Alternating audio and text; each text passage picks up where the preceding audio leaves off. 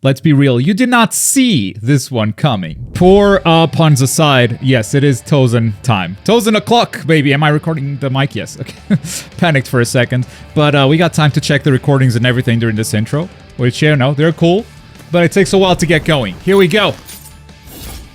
I am Justice Incarnate. He's Justice Incarnate. I had never heard the dub. Alright. First we check the vibes. And he's got a counter as a signature move from the looks of it. Whoa! Jump back attack with a projectile? That's usually annoying. And what's that? He did the same thing, but then he did something different. We'll read all the moves soon. We'll read them all soon. Bankai! Alright, and then what happens? Then does the screen turn black for Oh, kinda! Oh, kinda, actually! Wait, but if we're playing on the same screen, then how do I, as a Tosen player, know where I am? That's interesting. That's very interesting. Okay, let's read what it actually does. Signature move Transcendence, a counter technique in which Tosen goes behind the opponent and unleashes a slash. The ability can also nullify long-range attacks. I think this is the first anti-zoning technique we see. We've seen a lot of counters, but like straight up counter projectile, I think this might be the first one. Correct me if I'm wrong though. Yeah, he assumes a counter stance right there. I love the bubble that pops. The effect is beautiful. In fact, like the effects they're going for Tosen in general are really cool. And we only see him doing this on Chad, who is punching him, but if you want to do it on a projectile, maybe Tosen also teleports to the enemy's back and he counters them from a projectile, which seems really strong. That's a signature move, by the way. It does not cost any resources. That's why I think it's really strong. Spiritual pressure move 1, Suzumushi Nishiki Benihiko, an attack in which Tosen jumps backwards and releases numerous needle-like blades. Tosen can evade and attack if timed correctly. It is exactly what I thought it was going to be. Jump back projectiles. I don't think it is like a true counter. If you get hit, this move is going to get interrupted, but it's like the description says. If you time it correctly, when he's jumping back, you might actually dodge an attack. I don't see any invulnerability though, so yeah. An annoying move probably, but not an actual counter. Spiritual pressure move 2, Sayabane. A rush and slash attack. When executed correctly, Tosen will fly backwards while releasing Benihiko, transforming the attack into an offensive and defensive move. So he's just going to do Benihiko again? Wait, what? Is this a counter? Is this an actual counter attack? Because the way I see it, there are two clips, right? In the first one, Chad is punching. So when Tosen gets in there, he actually connects with Chad's attack and then he vanishes and does Benihiko, right? But on the second clip, Chad does not have an attack out. He's just like landing, doing a Spider-Man pose or whatever. So instead of jumping back and doing Benihiko, he does a slash attack, a rush attack. So is this like a move that is just a rush attack but turns into a counter if he actually gets hit midway through? This is that type of move that I usually have a theory and then someone else in the comments goes, no, I actually think it's this, and it sounds way better.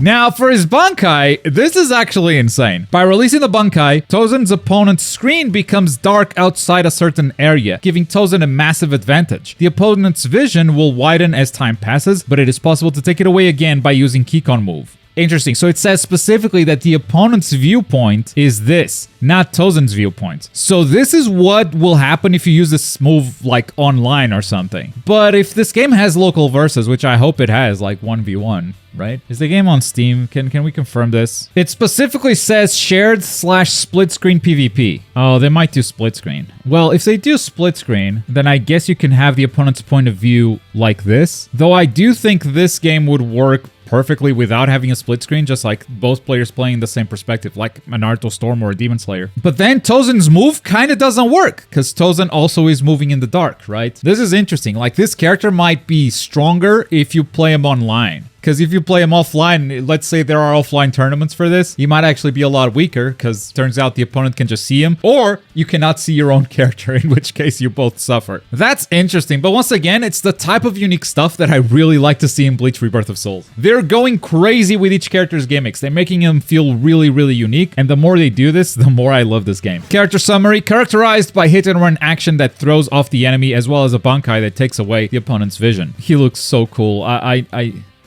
He looks so cool. Wait, What am I talking about? We've seen offline verses. The whole gameplay with the voice actors, that was offline verses. There's no split screen. Like, how the hell does this work? I really want to know more. I want to know how Tosen's Bankai works offline. That's my number one question coming out of this trailer, but he looks so sick. It looks actually crazy, crazy good. I see some people saying the Bleach game has PS3 graphics, and I keep asking myself, what the fuck are these people talking about? This game is clean as fuck. I agree. I really like the look of this game, but to be honest, I'm not surprised that this comment has been popping up. I haven't seen it for myself, but it's honestly something that happens with every single anime game that I cover. Every single one. It doesn't matter how good or how bad they look. They all have PS3 graphics or PS2 graphics, or sometimes even worse. I think it's like the easy insult for when you just want to like bait people. So I think you've been baited. I think that's all it is. Now this game looks fantastic. You're not crazy. And I've seen this comment so many times on all games that for me it's just like an auto skip. I don't even read those anymore. My brain just automatically skips those. So maybe I've actually seen them. I just didn't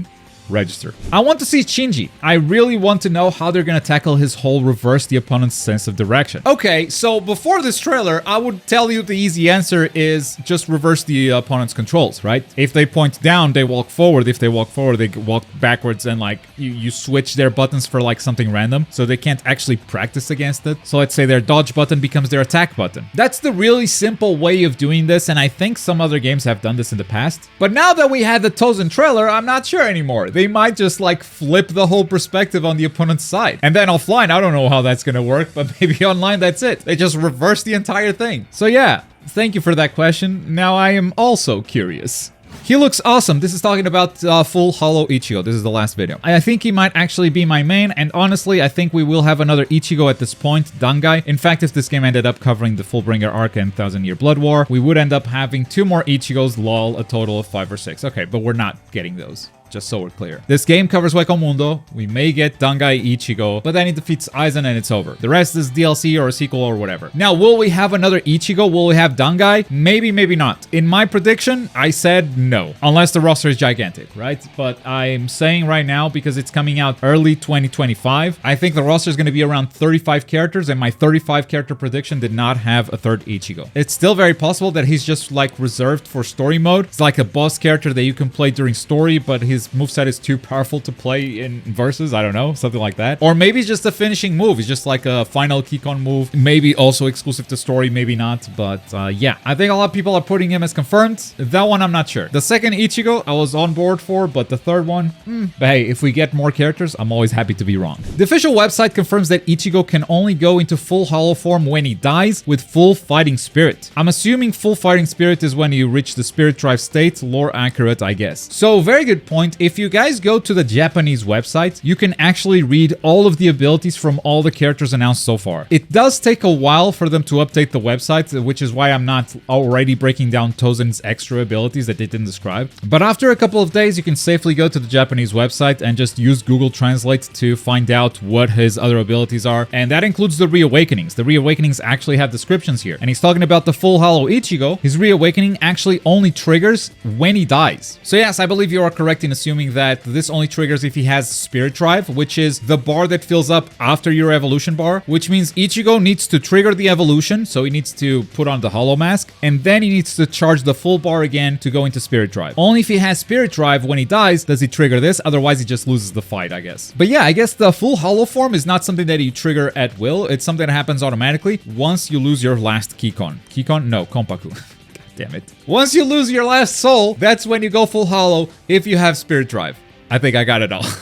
So yeah, I'm expecting that Reawakening to be incredibly powerful, but at the same time, you only have 1 life to use it. So kind of a comeback mechanic for this Ichigo. That said, if you are losing by a lot and you need to take a lot of souls from your opponent, I guess you would never need to, because you're doing a Reawakening. I bet you take like 6 by default, right? We'll see. But I do like the uniqueness on how this Reawakening is triggered versus other Reawakenings, which seem to be just triggered at will whenever you have the Spirit Drive full. But since we're getting a new character trailer every week, I like to check in on the community and see where you guys are at. So I always pick 3 to 4 comments, meaning if you guys got any theories or ideas you'd like to share, leave it in the comments down below. You might be in next week's video. And last week we did look at the full hollow form for Ichigo. You can check that video out right here. Thank you so much for watching.